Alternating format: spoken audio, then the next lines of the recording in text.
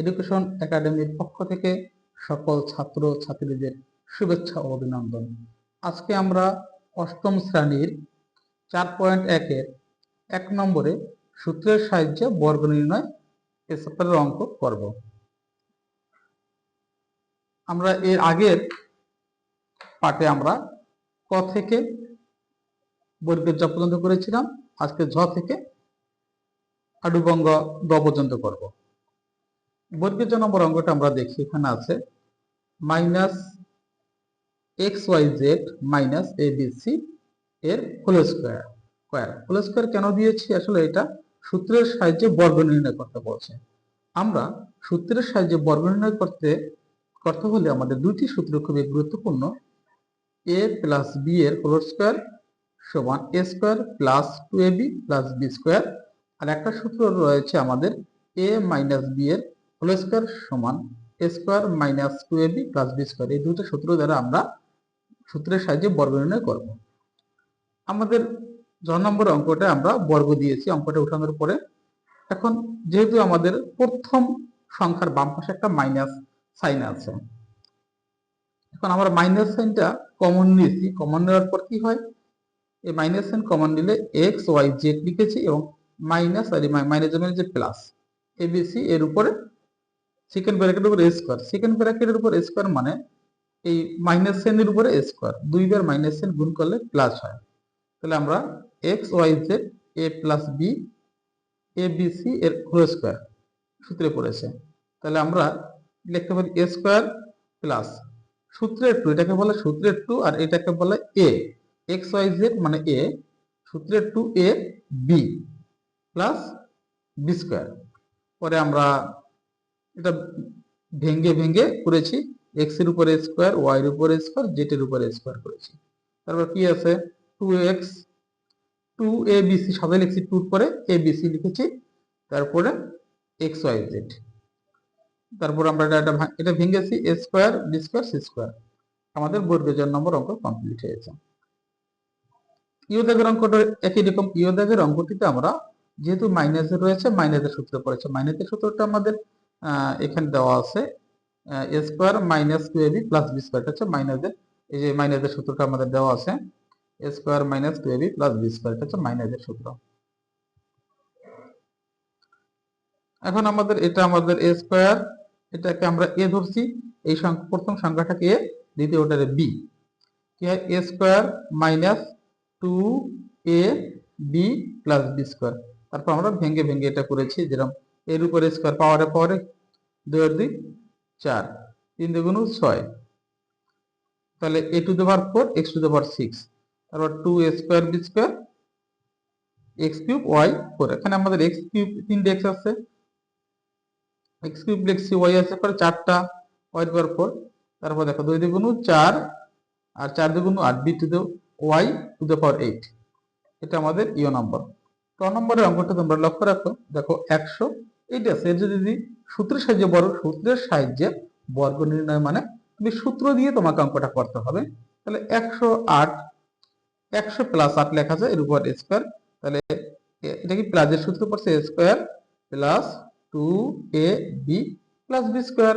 100 কে ধরছি আর 8টা আমরা b ধরেছি, তারপর আমরা যোগ করেছি, আমাদের অঙ্কটা হয়ে গেছে ক নম্বর। তারপর আমরা ঠ নম্বরের অঙ্কটা দেখি। ঠ নম্বরে রয়েছে কত?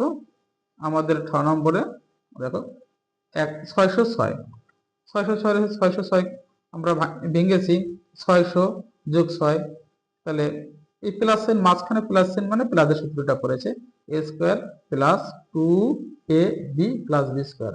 তারপর আমরা যোগ করেছি, আমাদের অঙ্ক হয়ে গেছে 597। 597 কিভাবে সূত্রের সাহায্যে নেওয়া যায়? 600 বিয়োগ 3 হয় 597।